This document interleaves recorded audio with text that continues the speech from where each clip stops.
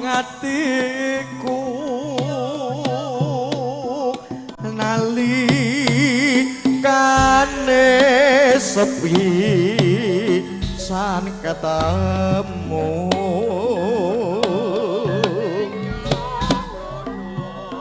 wong ayu dadi laku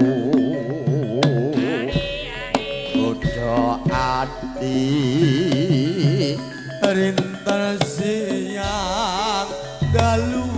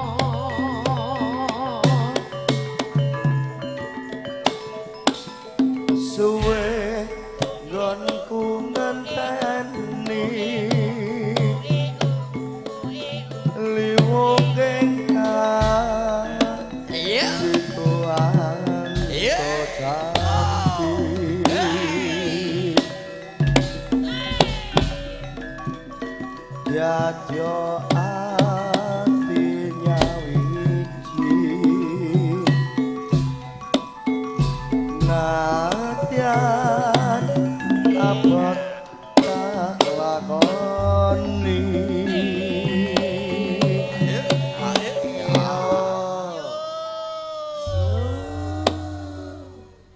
sabdo pan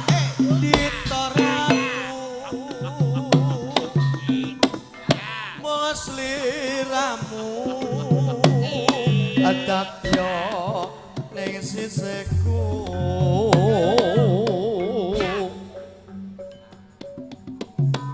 mugi Gusti nglilani tresnaku bakal ginawa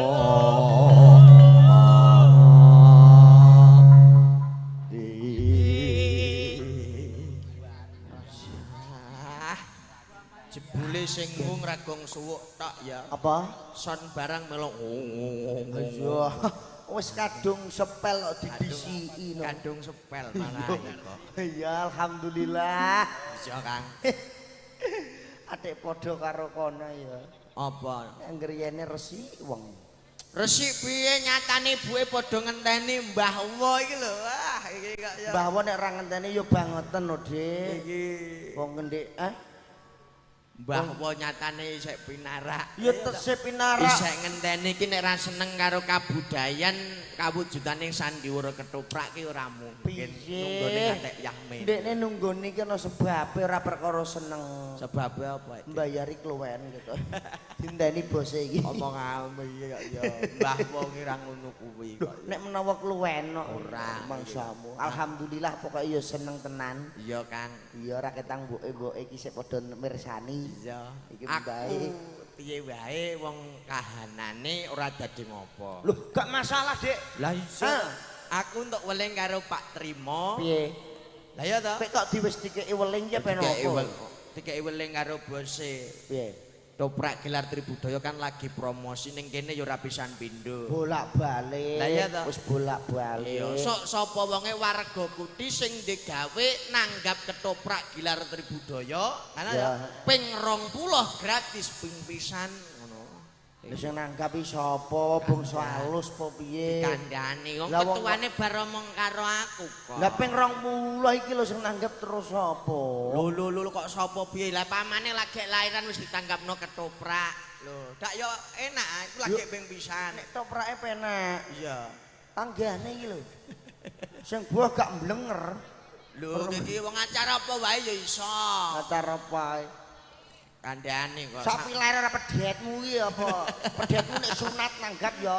Iki kak ya. Muntul ndek mangus. Ya, lah apa to iki kaya. Jan sing wigati nderek dedonga Kang Mas. Lah ya kuwi kajate bersih desa. Ngresiki desane. Mulane desane didol. Lho jare diresiki piye to nek omong iki kok ya. Bocah nek sik cilik lho ora mudeng. Lho wong iki omong iki dengan fakta lho Mas. Bersih desa ki ngomongmu piye? Ngresiki desane. Lah desane didol kok diresiki. Ya didol, heeh. Ya duwe engko terus nggo nyanyi. Lambemu. Aja kaya ngono lho aku takoken bersih desa. Ngresiki desane iki tegese ngono gak desane didol. Ning ngresiki sengkolane. Eleke ning desa padha dibuak. Apike padha dienggo. Mulane urip nek ning desa iki kudune ngerti tatanan. Urip ning desa kudu ngerti tatanan utawa tatanan. Tatanan rukun karo keluarga, rukun karo tangga teparo. Iku mertandakno mujudno ayem tentreme ati. Iya no. Mulane sakala mangsa menungsa iki mbutono karo liyan.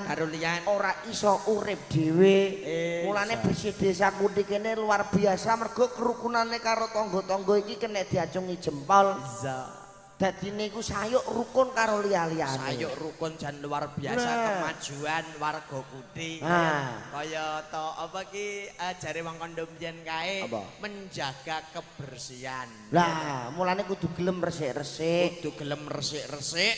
Lah ya to, nyatane iki aku ndelok kaya apa panjenenganipun iku silakan-silakan yo resik ra karuan. Endi? Kaya kalenan-kalenan resik luar biasa kemajuan resik. Lah iya mula ki kudu resik atine ya kudu resik lingkungane. Lah resik omahe bisa didol padha ae. Pokoke diresiki kabeh ya Mas ya. Nah, kene ngono. Iku njagani ben ora kena penyakit. Apa? Demenan berdarah. Ngomong kaya jak-jak ngomong ae. Iku lho Dik, demam berdarah. Iya, aku mang muni piye? Demenan berdarah. Masam demenane ku elek. Demenane ku apik ngono. Disampluk. Lho urung ngerti penggalan kata dari kata demenan. Demenan. Lho. Kuwi demenan iki yo elek to, Dik. Lho aja mung perkara kata demenan ki ono artine, Mas. Lho ono karepe yo. Demenan. Dermakno ngilmumu utawa dermakno kayamu karo fakir miskin utawa wong ora duwe. Oh, dadi nek duwe kaya iki disisihno karo wong ora duwe utawa karo yatim piatu. Pamane kuwi diganjar sugih, nyambut gawe melancar, aja lali. Lah ya to, aja lali sedekah karo liyan sing ora duwe. Nek aku wis gak ngarah tak lalekno, Dik. Apik. Aku soalé ngilingi jaman semono. Sadurunge mergawe ngene aku ora duwe gawean. Mulai bayaran sithik temekane ngakeh. Dadi aku ngelingi jaman semono iki ora iso golek rejeki. Ning alhamdulillah saiki ya wis iso golek rejeki kaya liya-liyane. Dadi aku untuk dhuwit iki ya tak sisihno kanggo anak yatim piatu. Berarti apik. Kena kangge contoh tangga teparo lan karo sak kiwa tengene. Aku menehi gak usah ngenteni suwe. Oh, langsung mbok wehno yatim piatu. Langsung no, Dik. Mbok sedakono ning gone yayasan. Gak. Mbok sedakono ning gone yatim piatu sing ra duwe pak ra duwe bu ning gone pondok pesantren. Ora. Lah mbok wehno sapa? Iki aku langsung bayaran. Oh, aku gak usah ngenteni suwe tok omahe langsung tak wehno. Yatim piatu. Sapa, Dik? Mbokku. Mbokku gak duwe pak, gak duwe mbok iki. Mbok. Nek mbok iki ora yatim piatu. Lah apa? Ya yatim gerang iku ah. Yatim gerang. Lah sing penting kan ra ndek pak, ra ndek mbok. Tegese ra ndek pak, ra ndek mbok ki sangka bocah cilik. Ngono lho. Lah ponak aku sik do pepek pakane mbokane tak pateni sitok. Goblok, maksud iki kowe disodakono karo bocah cilik sing tanggamu sing ditinggal bapake karo ibuke wis ora ana ngono lho. Oh, dadi gak mbokane ya? Ora. Wah, berarti selama iki aku kleru ya. Iso kleru no iki kok ya. Ndak tak jaluk neh duwe. Omong ame kula apa mbok jaluk neh. Iku sing sing nomor loro me. dadi manungsa aja dadi menungsa. Nek kuwi lambemu padha. Karepe padha ning dhewe atine manungsa. Manungsa karo menungsa iki padha. Beda, Dik. Lho kok iso beda? Manungsa. Ya. Manungsa manunggaling rasa manembah mring Maha Kuwasa. Manembah mring Maha Kuwasa tegese salat 5 wektu ayo padha ditindakno. Oh iya. Lakoni kebaikan, lakoni kebijakan, lakoni barang sing apik sing elek ditinggal mergo saiki taune wis taun tuwa. Taun tuwa mulo sing ati-ati ya, Dik. Mulane tindak sak pecak melangkah sak jangkah. Betul. Kudune eling karo sing kuwasa. Bisa no. Ati-ati karo ilat mundak kualat. Ati-ati karo laku mundak kleru. Lah, hati-hati karo polah mundak salah. Ya, kandhane kok ngono pinter ngono. Pinter nglakoni sing angel. Lah iki kok ya. Iku sing manungsa. Manungsa. Menungsa. Nah, iki lho, gak padha apa? Beda no. Manungsa karo menungsa iki beda. Nek menungsa iki contone ra beda karo kowe. Kowe kena darani menungsa. Lah aku iki padha karo kabeh lho, Dik. Lho ora no beda no. Bedane menungsa. Menungsa sing karepe menungsa. Menungsa. Menungsa kuwi menus kakean dosa. Lah iku kowe ngono. Matur nuwun. Ora apa-apa, Dik. Lah iso. Dosane menungsa iki mesti ana. Apa? Gumantung saka rasa besok sing penting ki ayo eling karo sing kuwasa. Kabeh menungsa duweni dosa. Iya. Sing penting siji sing ati-ati. Iso kandan. Iki lho kangenane Mbah. Sing terakhir sing nandura tumindak sing apik nandura kebecikan. Ya. Nah, iki. Nandur kebecikan. Dadi aja nandur liya-liyane. Iso perkara omongan nandur iki lho aku. Ketoke kok sepel karo kowe ta iki. Iya. Iki kok ya. Aku perkara nandur. Iya ta. Perkara nandur iki aku dadi eling. Nandur apa? Apa, Dik? Iso caping gunung duwe mbok beda aku kok. Perkara nandur aku eling. Nandur apa, Mas? Lah iki tok. Apa? Usume jagung. Jagung. Usume wis pari. Aku ape nandur ngek liyane. Wih, usum pari usum jagung kape nandur apa, Dik? Nandur apa? Aku penandur gedang. Dadi aku njagani, Dik. Dagane apa? Delok kas gadesa. Gas desa. Ya ta. Iki paling ora mbutuhno gedang. Dadi ini aku nandur gedang. Nek menawa sak kala mangsa gedangku iki metu kan kena dinggo apa? Tuku klambi. Iki kok gedang sing tak swaduk mbledhos kowe. Piye? Sak kala mangsa nek menawa gedangku metu. Iya. Iki yo nek tanggo tuku klambi. Gedang metu mbok tuku klambi. Goblok. Piye le namenge? Maksudnya gedang sing metu. Sak kala mangsa. Sak kala mangsa gedangmu metu nggo tuku klambi. Ngene lho tek-ketek iku. Sak kala mangsa gedangmu ngunduh ngono. Lah iya gedangku nggo tuku klambi ngono. Panen aku gedang metu lho. Lah kena nggo tuku klambi yo kena dienggo gadesonan ngono. Ya lho apa le, Dik?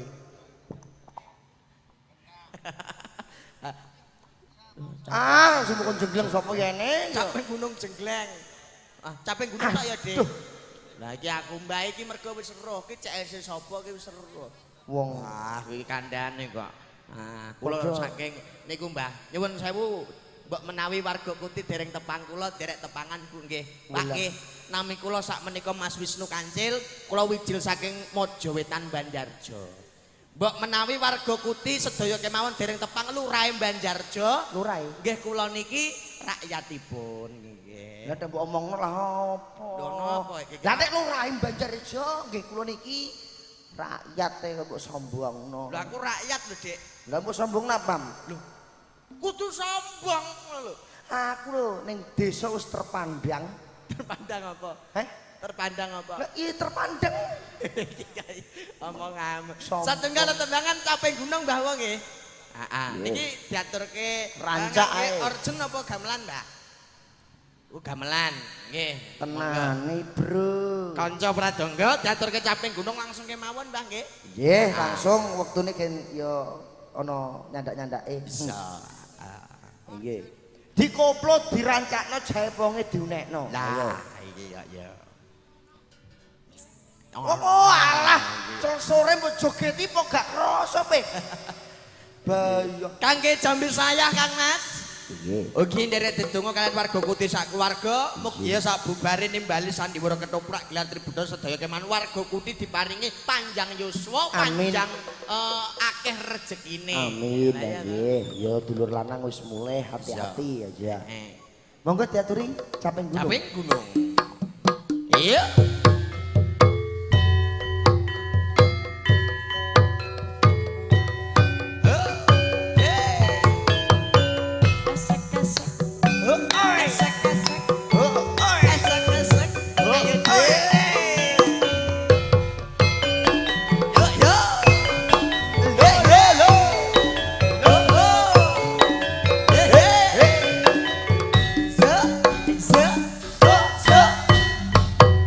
Jaman berjuang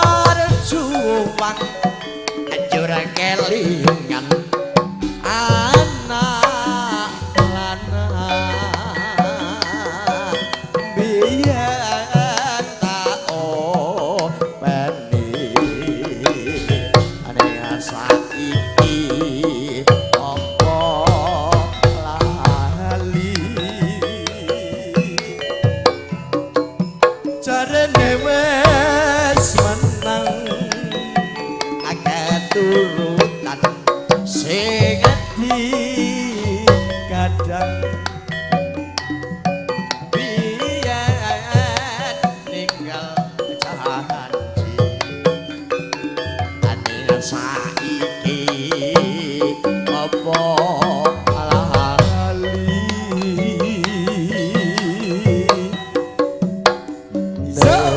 gunung tak jagongi sego jagung sekane jagung yen mendung tak sili caping gunung dudu payo wis ya wis bar ya Dik wis bar ya durung syukur bisa nyawang gunung desa dadi raja ini ora ilang anggone padha lara lapa Gilar Tribudaya masuk dhewe ya Dik iya ngono-ngono aja ngono yo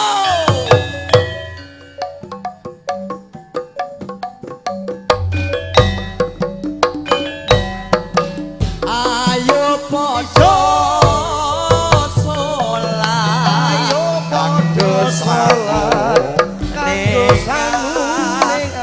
akhirat pitu lasrokan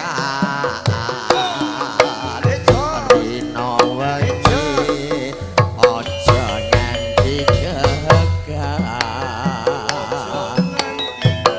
yen sregep bakal gede ganjarane yen ninggal salate bakal rubuh agamane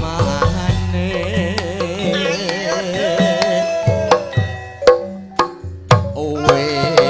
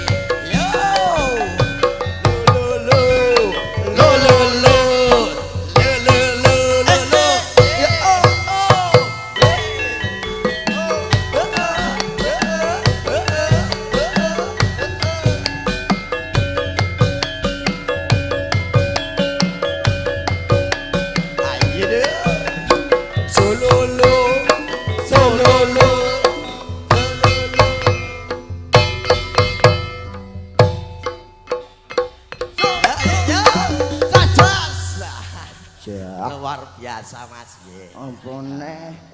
Apa neh iki kok ya. Ah, ilang. Apa, Dik? Mbah Jarjo. Kok malah ngajak jagongan no. Mas, gimana diaturke pamundutan, diaturke setunggal melih.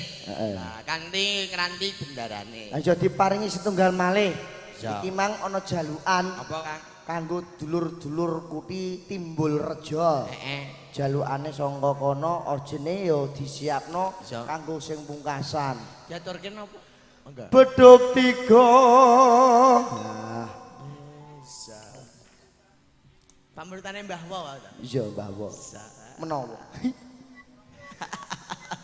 Balen ini. Iya ta. Iki diaturi ya. Aku gamelan kok orjen piye to? Sembarang manut. Karep orjene gen budul. Bedhug 3 pasti. Datang arsa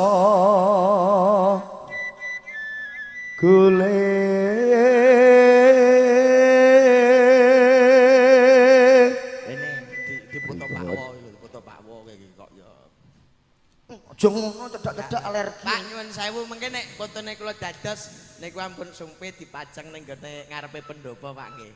Nah, supaya ben ngerti. Engko tak kok ning ngarep gapura. Apa? Tulisane Sasana Langgeng.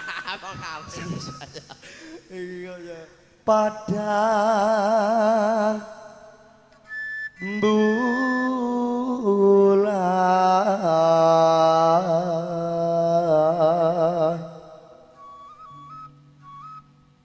kekencar ning latah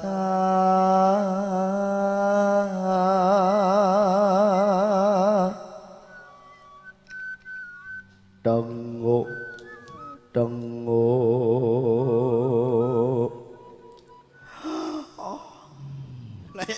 Kayak ku sing nyanyi aku sing meragakno kok. aku ngerti kowe terus katut tok lungguh dewe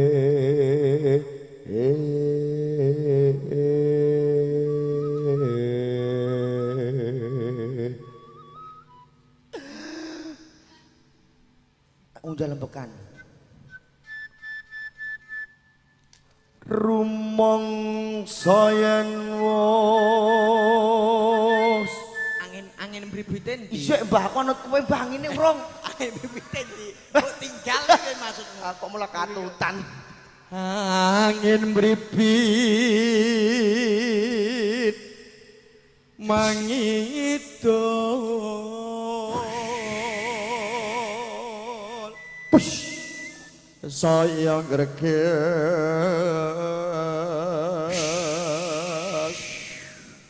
rasane ati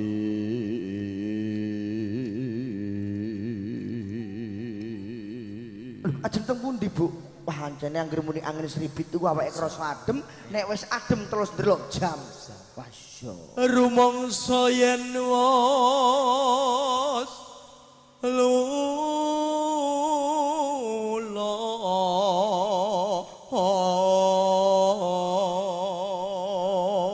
kaya ngono diajeng mbaburakan ingsun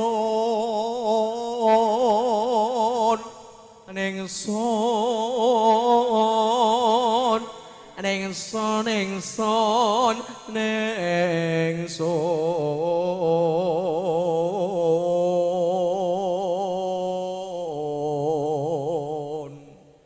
iya kaya ngono ya kaya ngono diajeng pripun garime kakang iya kaya ngene to kakang iya aku nyape tenanan ayo kowe domang tok ndi ningsun ningsun ya dudu sana dudu kadang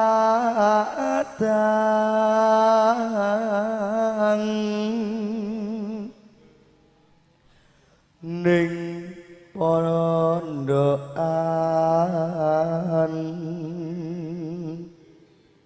sayekti nanda prihatin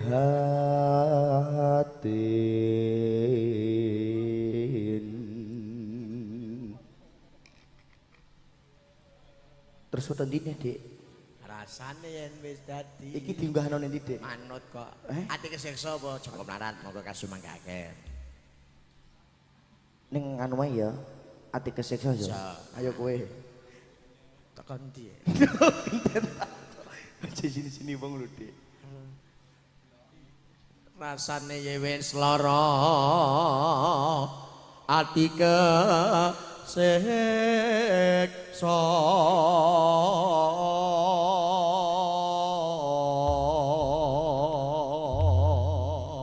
aja iki kolaborasi Jaipong opo kabeh lelakonku mari diracakne yo Dik kowe teko nglarani atiku urip tansah kaya ngene omah-omah tentreme atiku tansah nelongso udan tangis sasrat saben dina tak gendeli tak tresnani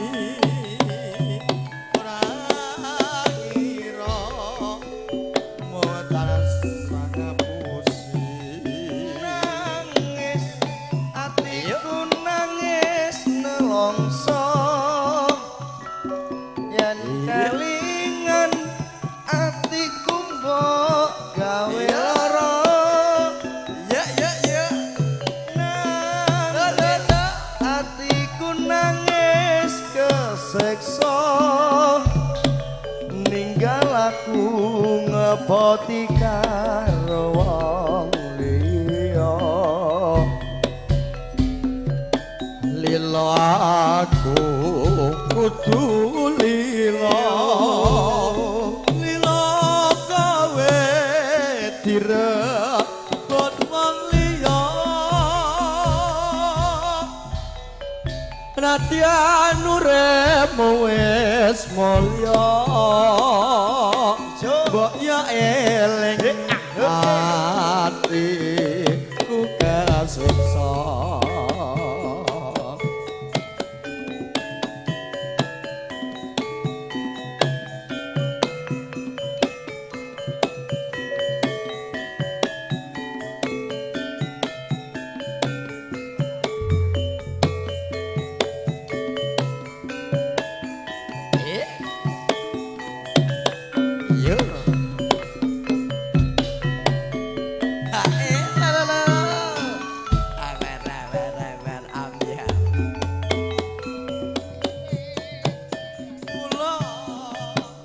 aku lak wis kandha aku wong nesta tanpa bondo donya Joko mlarat wong tuamu pangkat aku rekoso uripmu wis mulya iki wis wancine kudu didhawuke karo priya bagus sing padha sugih ora nyono lan ora nglegewo yen sliramu tega palakrama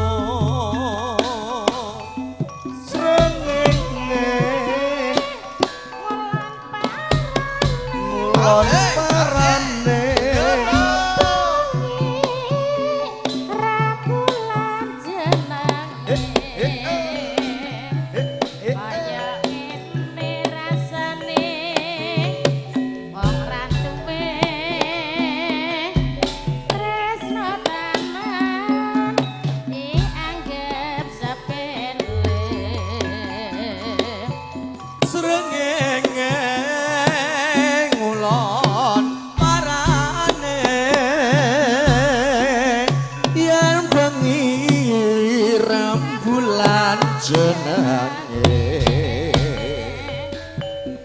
sore tempe sorene ati deleo rasaku moh abang-abang lambe nggih Kang Mas nganduri suka parisuka wong nyambut gawe kudu lolot padha ya ta mbok menawi anggone awak